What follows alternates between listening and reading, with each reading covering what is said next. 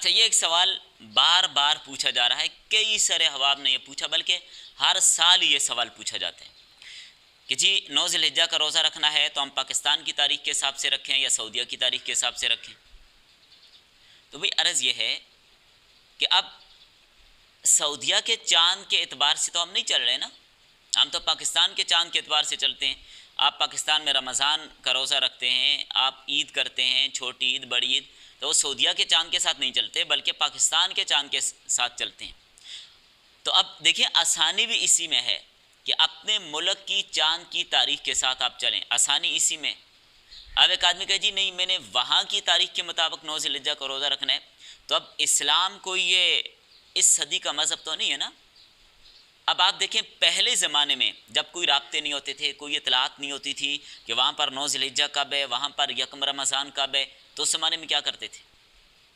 تو لوگ کیا شریعت پر اس وقت عمل نہیں کرتے تھے؟ کیا اس زمانے میں لوگ 9 ذی الحجہ کا روزہ نہیں رکھتے تھے؟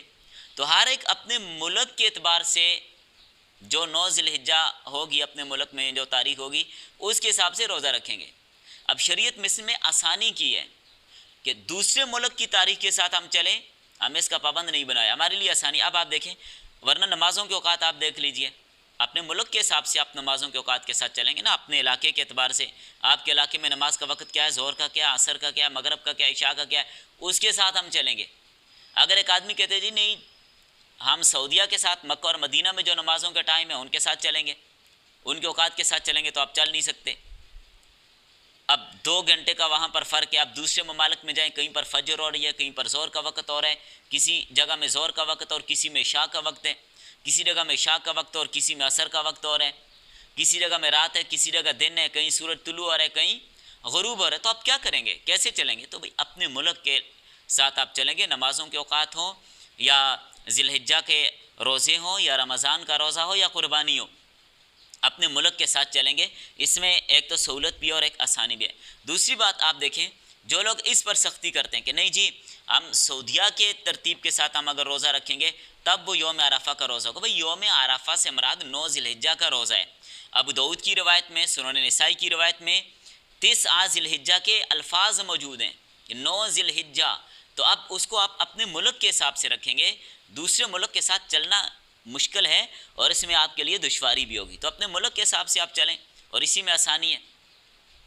اب چونکہ آپ دیکھیں بعض ممالک وہ ہیں جو سعودیہ سے بھی ایک دن آگے ہیں، ان میں چاند سعودیہ سے بھی ایک دن پہلے نظر آتا ہے۔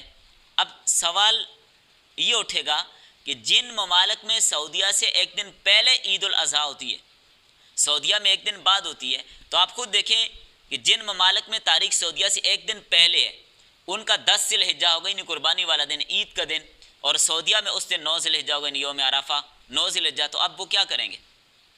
اب وہ اپنے ملک میں عید کریں یا 9 ذی الحجہ کا روزہ رکھیں؟ عید والے دن روزہ ہوتا نہیں ہے، تو اس لیے اپنے ملک کے ساتھ چلنا ہوگا، اسی میں آسانی ہے اور اسی میں سہولت ہے۔ باقی تفصیلی گفتگو اس پر بہت ہو سکتی ہے، لیکن خلاصتاً میں نے عرض کر دیا، اتنا ہی سمجھنے کے لیے انشاءاللہ کافی ہے۔